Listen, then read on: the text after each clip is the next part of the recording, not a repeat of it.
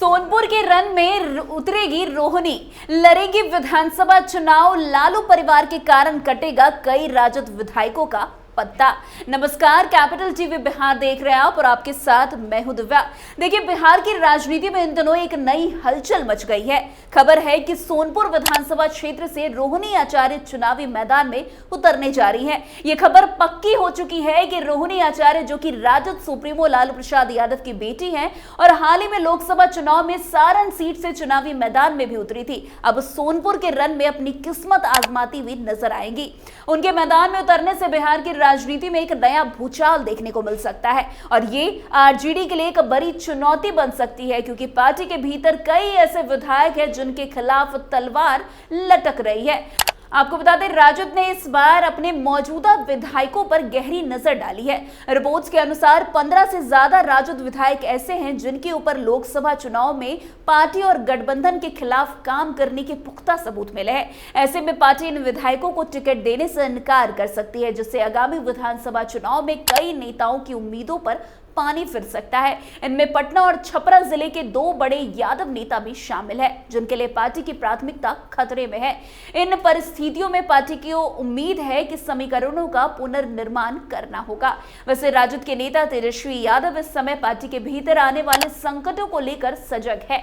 तेजस्वी की नजर उन बड़े नेताओं पर है जो अगर एनडीए या अन्य गठबंधन से टिकट नहीं प्राप्त करते हैं तो वे राजनीतिक स्थिति को पलट सकते हैं। इस वक्त बिहार में गठबंधनों के चलते स्थिति बहुत ही जटिल हो गई है।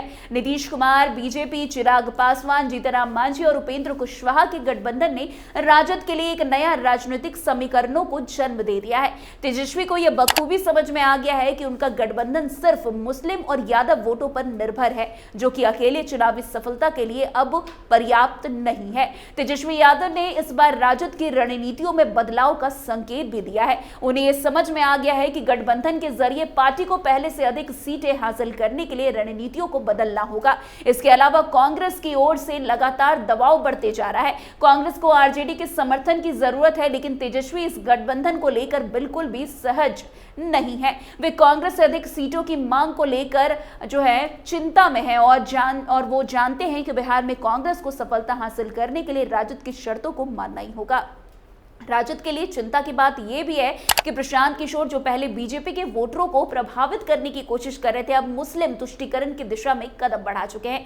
इससे राजद को नया खतरा महसूस हो रहा है, क्योंकि प्रशांत किशोर के शहरों में प्रभाव होने का मतलब है कि वे वोट बैंक को छीन सकते हैं। हालांकि उनकी उपचुनाव में असफलता ने उनकी रणनीतियों को थोड़ा कमजोर कर दिया है, लेकिन उनकी बढ़ती सक्रियता से आरजेडी की चिंता बढ़ी हुई है। पार्टी को यह खौफ है कि कहीं उनकी ये रणनीति आने वाले चुनाव पर असर तो नहीं डालेगी। वैसे राजद इस बार विधानसभा चुनाव में अपने उम्मीदवारों को लेकर भी काफी सजग है। पार्टी ने बिहार के सभी विधानसभा क्षेत्रों में अपने उम्मीदवारों के नामों पर चर्चा कर ली है। 3 से 4 मजबूत कैंडिडेट्स को लेकर पार्टी की नजरें लगातार बनी हुई है। जिसका टिकट कट सकता है वे बगावत भी कर सकते हैं, जैसे कि 2020 के विधानसभा चुनाव में हुआ था। उस समय आरजेडी के बागी कैंडिडेट्स के कारण पार्टी को 15 सीटों पर हार का सामना करना पड़ा था। इस बार पार्टी ऐसे जोखिम से बचने के लिए कदम उठा रही है ताकि बगावत की स्थिति से बचा जा सके।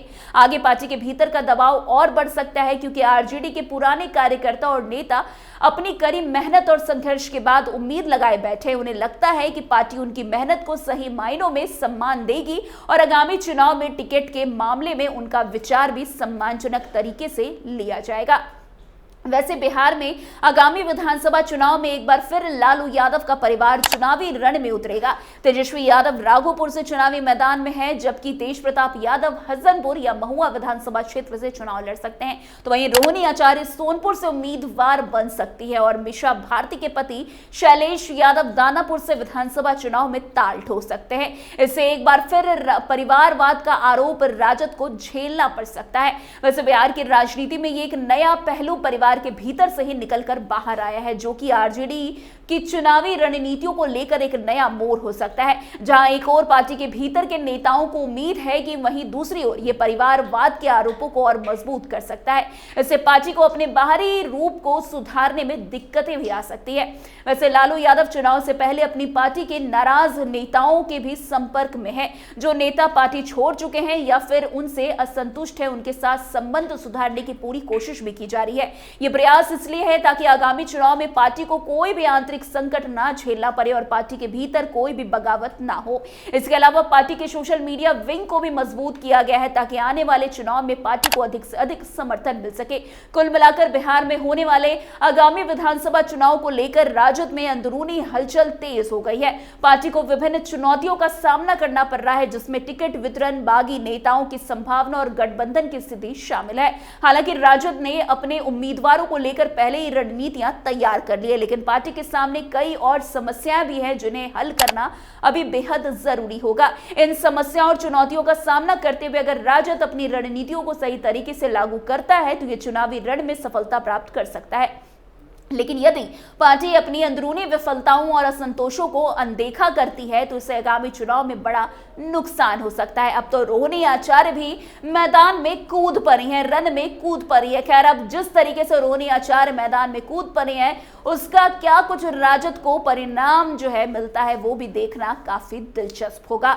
तो आज की इस खबर में बस इतना ही। अन्य खबरों में हमारे साथ ऐसे आगे बने रहें और देखते रहिए। तब तक के लिए कैपिटल टीवी बिहार। धन्यवाद।